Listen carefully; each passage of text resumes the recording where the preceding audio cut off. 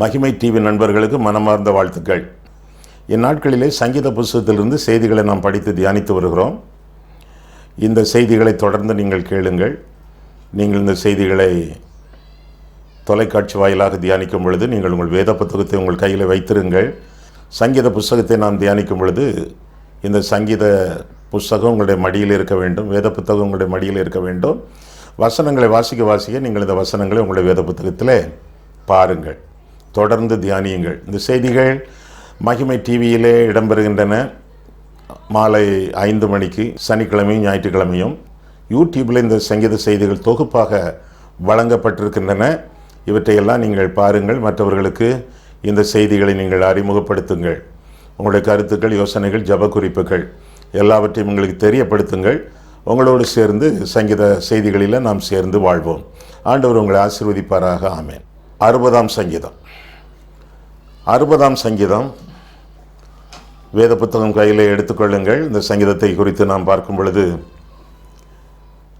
நீளமான ஒரு அடைப்புக்குறியை பார்க்கிறோம். அந்த அடைப்புக்குறியினுள்ளே என்ன இருக்கிறது என்பதை முதலாவதாக நாம் வாசித்து விடுவோம். தாவீது மெசொப்பொத்தாமியா தேசத்து சீரியரோடும் சோபா தேசத்து சீரியரோடும் யுத்தம் பண்ணின போது யோவாப் திரும்பி உப்பு பள்ளத்தாக்கிலே ஏதோமியரில் 12,000 பேரை வெட்டின போது அவன் சாட்சியை விளக்கு வைக்கும் 6 நரம்பு கிண்ணறத்திலே போதிப்பதற்காக பாடினதும் ராகத்தலைவனுக்கு ஒப்புவித்ததுமான மிக்தாம் என்னும் சங்கீதம் என்று இந்த சங்கீதத்தின் அடைப்புக்குறியிலே நாம் பார்க்கிறோம். 60ஆம் சங்கீதம் தாவீது பாடின சங்கீதம், ராகத்தலைவனுக்கு ஒப்பு கொடுக்கப்பட்ட சங்கீதம், மிக்தாம் என்னும் போதக சங்கீதம், 6 நரம்பு கிண்ணறம். அதனுடைய பொருள் உடன்படிக்கையின் லீலி புஷ்பம் என்பதாகும்.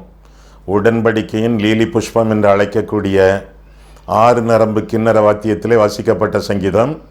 தாவீதின் ஒரு சாட்சி இதில் காணப்படுகிறது. 45ஆம் சங்கீதம், 69ஆம் சங்கீதம், 80ஆம் சங்கீதம் போன்றவை இந்த சங்கீதத்தோடு இணைந்தவை. ஒரு பெரிய தோல்விக்கு பிறகு கொண்டாடப்பட்ட வெற்றி, அந்த வெற்றியை பற்றி விளக்கக்கூடிய ஒரு சங்கீதம், வருங்கால தலைமுறைகளுக்கு பாடமாக இருக்கக்கூடிய ஒரு சங்கீதம். இப்பேற்பட்ட பல சிறப்புகள் வாய்ந்த சங்கீதம் இந்த 60வது சங்கீதம். இந்த சங்கீதத்தின் பின்னணிய வரலாற்றை பற்றி நாம் பார்க்கும் பொழுது 2 சாமுவேல் 8ஆம் அதிகாரம், இன்னும் 1 நாளாகமம் 18ஆம் அதிகாரம், 19ஆம் அதிகாரம் இவளை வாசித்து பார்க்கும் பொழுது இந்த சங்கீதத்தின் பின்னணியங்களை நாம் பார்க்கலாம். ஒரு பெரிய வெற்றிக்கு பிறகு ஒரு தோல்வி வரும் என்று சொல்வார்கள். அது ஏறக்குறைய எலியா வாழ்க்கையில் நடந்தது. கர்மேல் மலையிலே வெற்றி, பிறகு அவன் ஏசபேலுக்கு பயந்து ஓடினான், சூறை செடியின் கீழே சுருண்டு கிடந்தான் என்று சொல்லியெல்லாம் நாம் வேதத்தில் வாசிக்கிறோம். எனவே எந்த ஒரு வெற்றி வந்தாலும் மமதையின்றி, கர்வமின்றி, பெருமையின்றி தாழ்மையோடு ஆண்டவருடைய சமூகத்தில் தரித்திருக்க வேண்டியது நம்முடைய கடமை ஆகும். சரி, இந்த சங்கீதத்தை வாசித்து பார்க்கும் பொழுது முதல் 4 வசனங்களிலே தாவீதின் பயத்தை பற்றி பார்க்கிறோம்.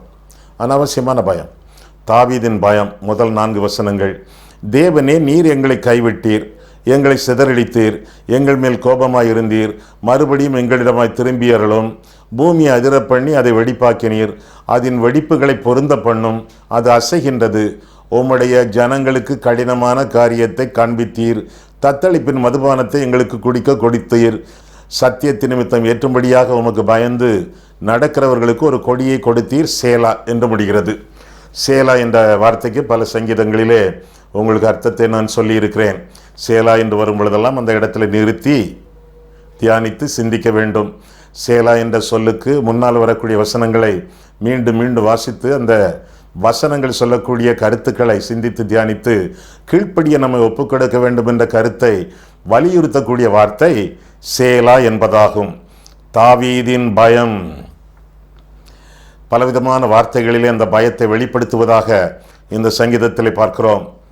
தத்தளிப்பு, கைவிடப்பட்ட நிலைமை, சிதறடிக்கப்பட்ட ஒரு வாழ்க்கை, கோபம், பூமி அதிர்ச்சி, கடினமான காரியம், இப்படி பல வார்த்தைகளிலே அவனுடைய பயம் வெளிப்படுவதாக இந்த பகுதியிலே நான் வாசிக்கிறோம். தாவீது பயப்படுகிறான். ஒரு காலத்தில் யாருக்கு அஞ்சுவேன் என்று சொன்னவன் இந்த சங்கீதத்தில் பயப்படுவதாக நாம் பார்க்கிறோம். பயம் எப்படி வருகிறது? உங்களுக்கு பயம் வந்திருக்கிறதா? பயம் இல்லாத ஆள் யார்? என்ன? சில சமயங்களில் பயம் வரும், சில சமயங்களில் அமைதியாக இருக்கும். அவ்வப்போது பயங்கரங்கள் வந்துதான் போகும். இந்த பயத்திற்கு முக்கியமான 3 காரணங்கள். ஒன்று அறியாமை, வேத வசனத்தை அறியாமை, ஆண்டவர் சொன்ன வாக்குத்தத்தங்களை அறியாமை, ஆண்டவர் நமக்கு கொடுத்த வாக்குறுதிகளை நம்பாமை. அறியாமை முதலாவது காரணம். விசுவாசம் கேள்வியினால் வரும், கேள்வி தேவனுடைய வசனத்தினால் வரும் என்று சொல்லி ரோமர் 10:17 நாம் வாசிக்கிறோம். எவ்வளவு தூரம் வேதத்தை வாசித்து வாஞ்சித்து வாழ்கிறோமோ அவ்வளவு தூரம் பயம் நம்முடைய வாழ்க்கையில் இல்லை. வேதத்திற்கு விலகி வாழும் பொழுது நிச்சயமாக வெறுட்சி காணப்படுகிறது. இந்த சங்கீதத்தை குறித்து நாம் வேதத்தில் நாம் பார்க்கும் பொழுது ஆரம்பத்தில் இந்த சங்கீதத்தில் வெறுட்சினா பயம், ஆரம்பத்தில் வெறுட்சி, இறுதியிலே வெற்றி. வெறுட்சியிலே தொடங்கி இந்த சங்கீதம் வெற்றியிலே முடிகிறது. ஆக பயத்திற்கு முதலாவது காரணம் அறியாமை, இரண்டாவது காரணம் அவிசுவாசம், ஆண்டவர் சொன்ன சொற்களை நம்பாமை. ஆண்டவரை பார்த்து பேதுரு கேட்டான், ஆண்டவரே நீர் தண்ணீரிலே நடக்கிறீரே, நானும் நடந்து வரவா என்று கேட்டான். வா என்று ஆண்டவர் சொன்னார். வா என்றால் ஆண்டவர் கொடுக்கக்கூடிய வாக்குத்தத்தம், வாக்குறுதி. வா, நீ தண்ணீரிலே நடப்பாய் என்று சொல்லி ஆண்டவர் திருவுளம் பெற்றும் பொழுது அவன் நடக்கிறான். ஆரம்பத்தில் விசுவாசம், பின்னர் போக போக கர்த்தர் மேல் வைத்திருந்த கண்களை அகற்றிவிட்டு கடல் அலையின் மேல் வைத்த பொழுது தண்ணீருக்குள்ளே மூழ்கினான் என்று சொல்லி வேதத்திலே வாசிக்கிறோம். அச்சம், அதற்கு என்ன காரணம்? கர்த்தர் மேல் வைத்திருந்த கண்களை அகற்றி கடல் அலையின் மேலும் காற்றின் மேலும் வைத்து விட்டான். பயம் வந்துவிட்டது. ஆக முதலாவதாக அவிசுவாசம். ஆண்டவர் பேரிலேயே பற்றுறுதி கொண்டு வாழ வேண்டிய ஒரு மனுஷன் ஆண்டவரை விட்டுவிட்டு அக்கம் பக்கத்திலே அல்லது சூழ்நிலையிலே சந்தர்ப்பத்திலே அவன் கண்களை பறக்க விடும் பொழுது அச்சம் அவனை தீண்ட வருகிறது. எனவே முதலாவதாக அறியாமையை களைய வேண்டும். எப்படி? வேத வசனங்களை வாசித்து நாம் அவற்றை தியானித்து வாழ வேண்டும். இரண்டாவதாக கர்த்தர் மேலேயே கண்களை வைத்து கண்களை பதித்து வாழ வேண்டும். அவரை நோக்கி பார்த்தவர்கள் பிழைப்பார்கள், பிரகாசம் அடைவார்கள் என்ற கருத்தை புரிந்து கொண்டு கர்த்தரையே எப்பொழுதும் கண்கள் முன்னால் வைத்திருக்கக்கூடிய காட்சியோடு ஜீவிக்க வேண்டும். மூன்றாவதாக அக்கிரமம், பாவம். அவிசுவாசத்திற்கு காரணம், பயத்திற்கு காரணம். ஆதாம் மரங்களுக்கு பின்னால் மறைந்து கொண்டான். காரணம் அச்சம், பயம். எதற்காக அக்கிரமம்? தேவனுக்கு விரோதமாக அவன் பாவம் செய்த பொழுது, ஆண்டவரை சொல் கேட்காமல் கீழ்ப்படியாமையோடு விளங்கின பொழுது பயம் அவனை பீடித்தது என்று சொல்லி வேதம் நமக்கு கற்றுக் கொடுக்கிறது. ஆக நம்முடைய வாழ்க்கையில கூட அறியாமையை அகற்றி விடுவோம். வேத வசனத்தை தியானிப்பதன் மூலமாக அவிசுவாசத்தை அகற்றி விடுவோம். கர்த்தர் மேல் வைத்திருந்த கண்களை நாம் அகற்றி விடாமல். மூன்றாவதாக அக்கிரமம், பாவத்திற்கு விலகி தேவனை பற்றி பிடித்து அவரை பிரியப்படுத்தி வாழ வேண்டும் என்று சொல்லி இந்த சங்கீதம் நமக்கு அறிவிக்கிறது. அப்படி இருக்கும் என்றால் இப்பேற்பட்ட காரியங்கள், பாவங்கள், குறைகள் இவற்றை நீக்கி ஆண்டவர் பேரிலேயே பற்றுறுதி கொண்டு வாழ்வோம் என்றால் ஆண்டவர் நமக்கு ஒரு கொடியை தருகிறார் என்று சொல்லி வேதத்திலே வாசிக்கிறோம்.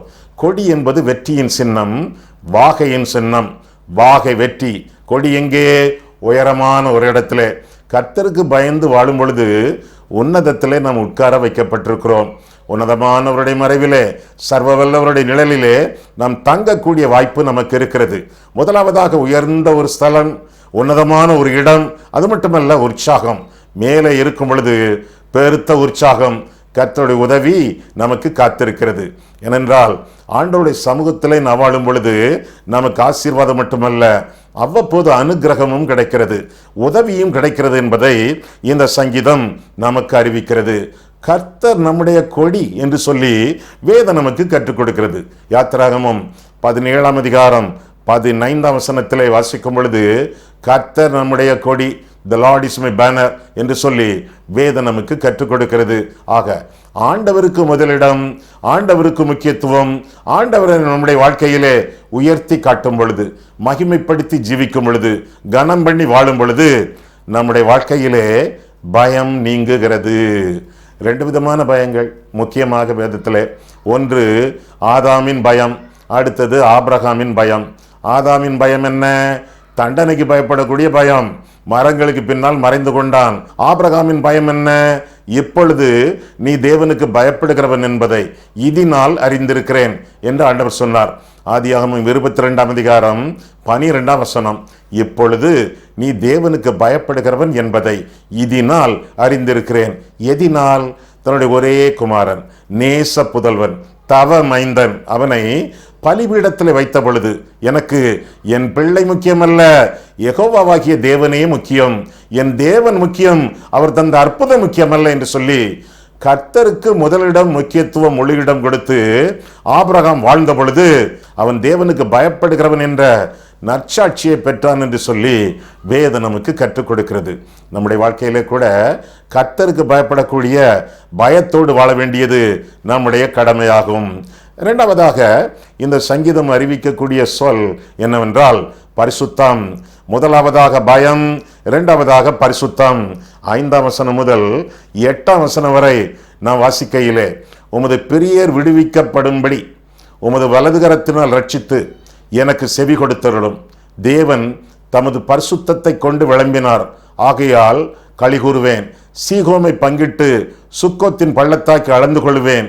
கீலேயாத் என்னுடையது, மனாசேயும் என்னுடையது, எப்பிராயிம் என் தலையின் பலன், யூதா என் நியாய பிரமாணிகன், மோவாப் என் பாத பாத்திரம், ஏதோவின் மேல் என் பாதரட்சியை எரிந்து போடுவேன்.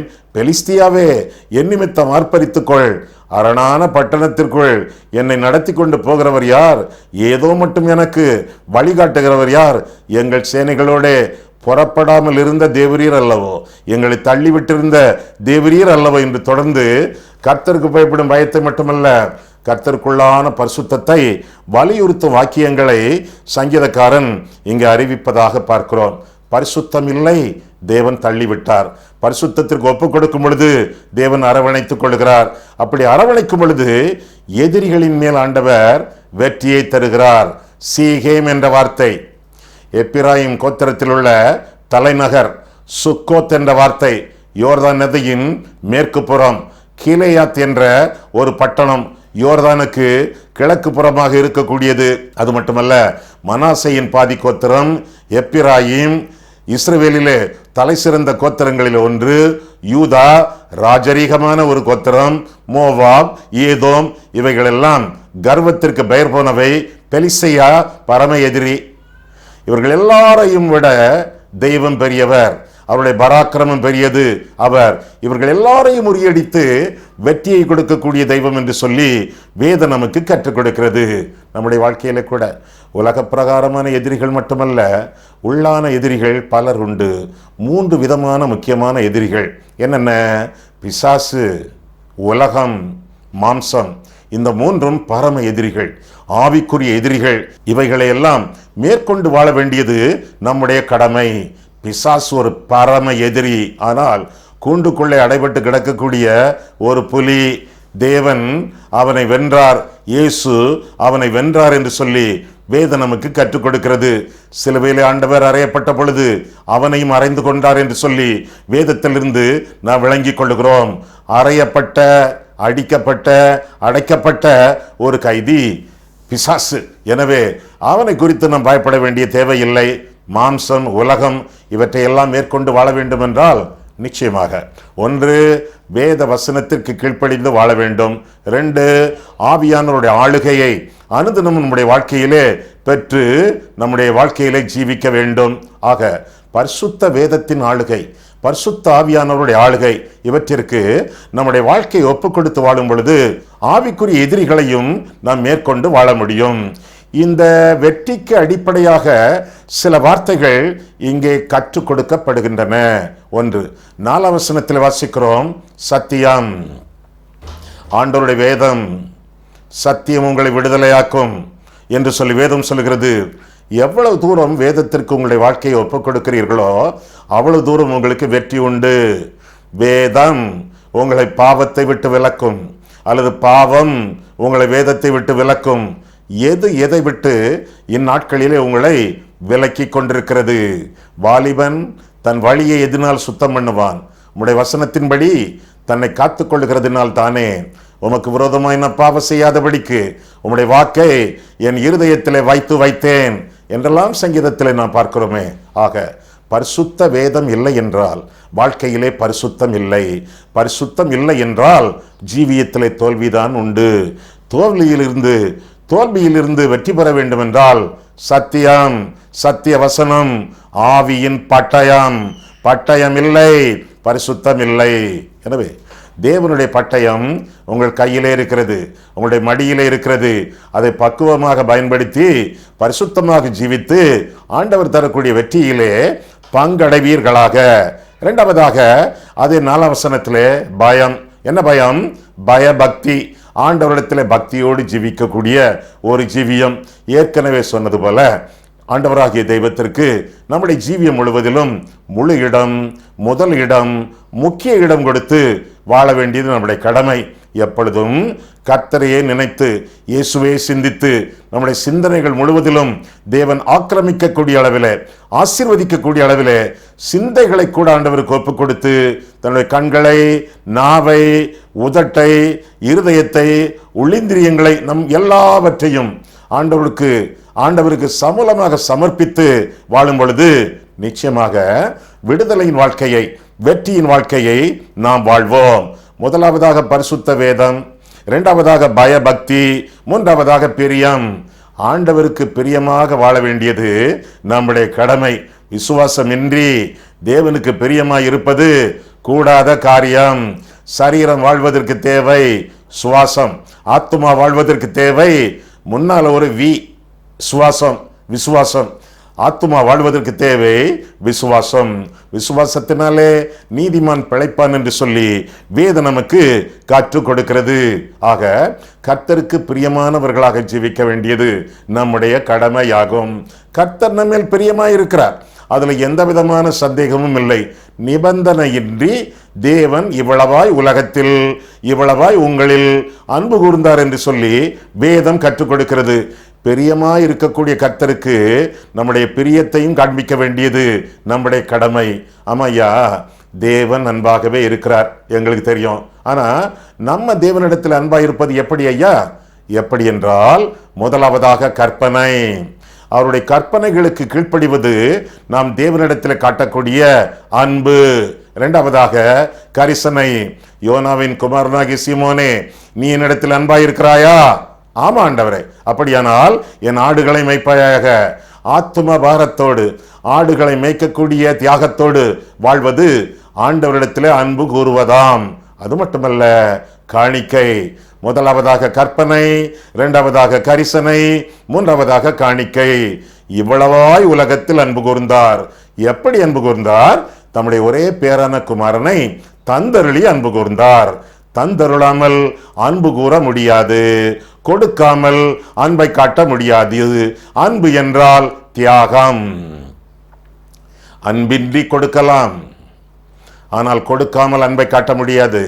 அன்பின்றி அள்ளி வழங்கலாம், ஆனால் கொடுக்காமல் அன்பை காட்ட முடியாது. எனவே தியாகத்தோடு ஆண்டவருடைய சமூகத்திலே நம்முடைய அன்பை காட்டி வாழ வேண்டியது நம்முடைய கடமையாகும்.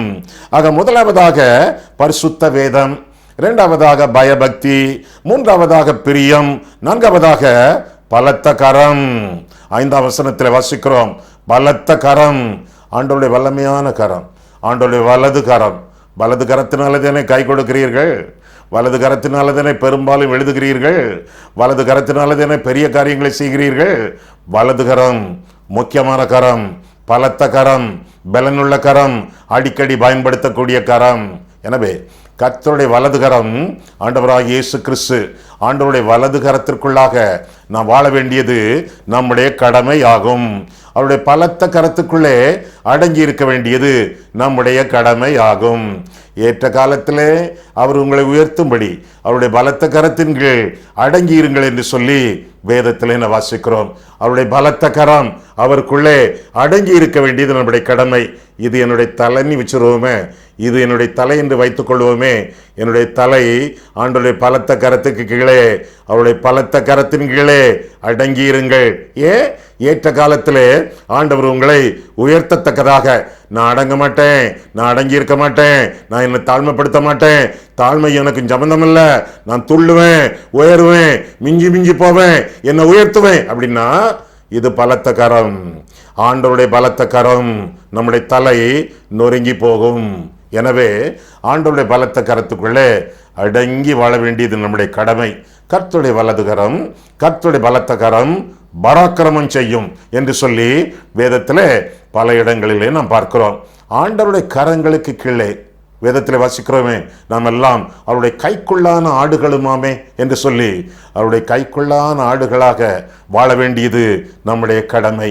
நம்முடைய சுயமதியை நெறியென்றுகந்து சாய்ந்து நம்முடைய இஷ்டப்படி நாம் வாழ்வோம் என்றால் நிச்சயமாக தண்டனைக்கு தப்பித்து கொள்ள மாட்டோம். ஆனால் கர்த்தருடைய கரங்களுக்குள்ளாக நாம் அடங்கி ஜீவிக்கும் பொழுது நாம் இந்த உலகத்திலே வாழ்வோம். எப்பொழுதுமே கண்களை மூடி அல்லது கண்களை திறந்து கொஞ்சம் கற்பனை பண்ணி பாருங்களேன். கர்த்தருடைய கரம் என் தலையின் மேலே இருக்கிறதா?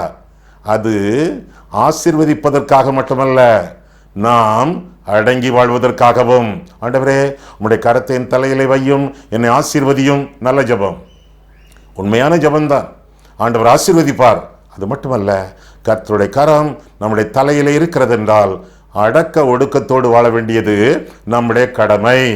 எவ்வளவு தூரம் அடங்கி இருக்கிறோமோ அவ்வளவு தூரம் ஆண்டவருடைய சமூகத்திலே வெற்றியை நாம் வாழ்க்கையிலே தரித்து கொண்டு வாழ்வோம். இதெல்லாம் வெற்றிக்கு வழிகள் என்று சொல்லி வேதம் நமக்கு கற்றுக் கொடுக்கிறது. எவையெல்லாம்? பரிசுத்த வேதாகமம், பயபக்தி, பிரியம், அது மட்டுமல்ல பலத்த கரம். இவையெல்லாம் நம்முடைய வாழ்க்கையிலே ஆளுகை செய்யும் பொழுது நிச்சயமாக ஆசீர்வாதம் உண்டு, வெற்றி உண்டு.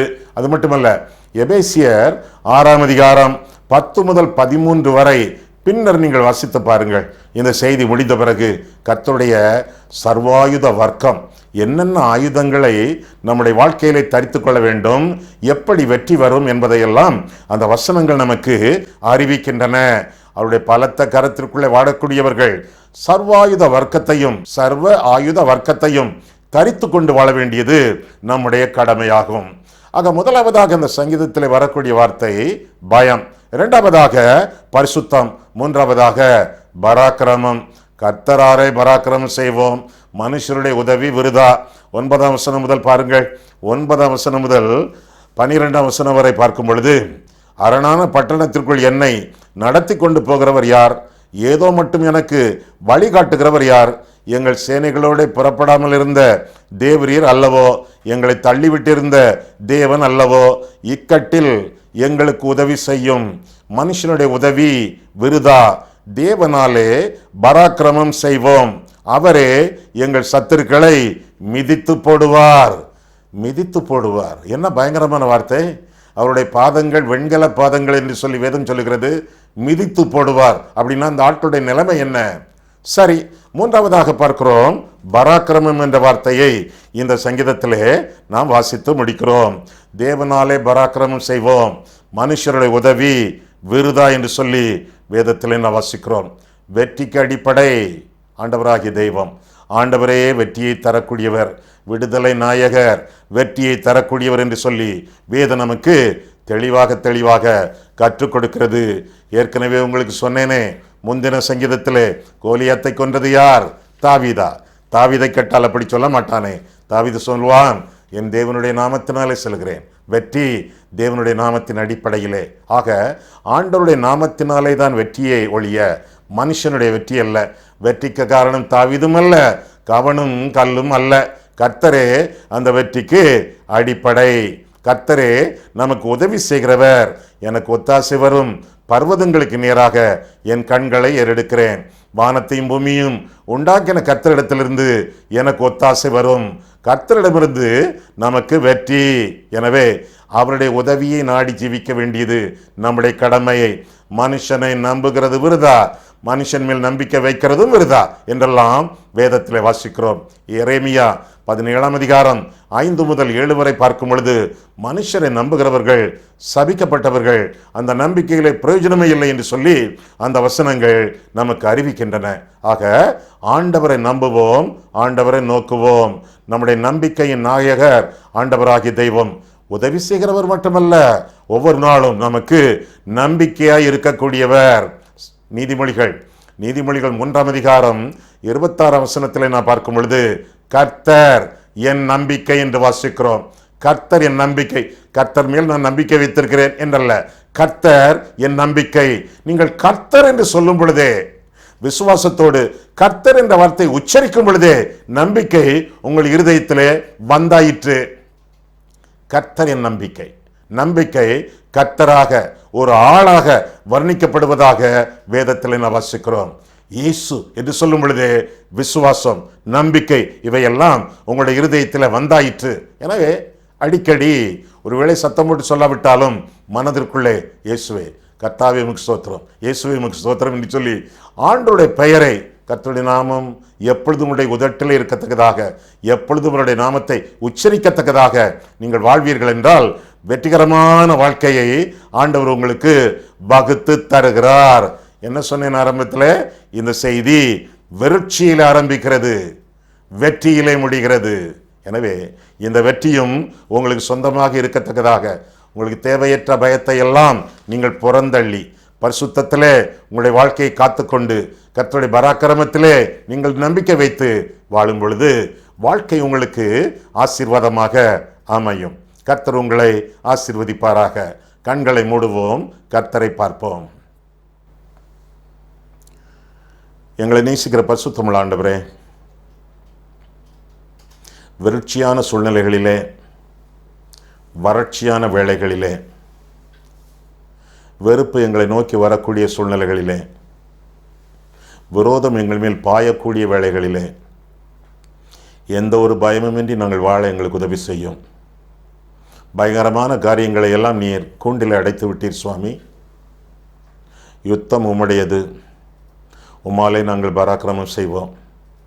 அதற்கெல்லாம் ஒரே அடிப்படை கர்த்தருக்கு பயப்படக்கூடிய பயம், பரிசுத்தம், கர்த்தர் மேல் வைக்கக்கூடிய பிரியம், இவற்றையெல்லாம் நாங்கள் சார்ந்து நாங்கள் ஜீவிக்கும் பொழுது, ஆண்டவர் மேல் பற்றுறுதி கொண்டு வாழும் பொழுது, கர்த்தரே எங்கள் நம்பிக்கை, எங்களுடைய நம்பிக்கையின் நாயகர் தெய்வம் என்று சொல்லி ஆண்டவர் எங்களுடைய வாழ்க்கையிலே முற்றிலுமாக ஏற்றுக்கொண்டு அவருடைய சித்தத்தின் நடுவிலே நாங்கள் ஜீவித்து வாழத்தக்கதாக ஆண்டவர் எங்களுக்கு கிருபை செய்யும். இயேசு கிறிஸ்துவின் நாமத்தில் ஜெபிக்கிறோம் பிதாவே, ஆமென்.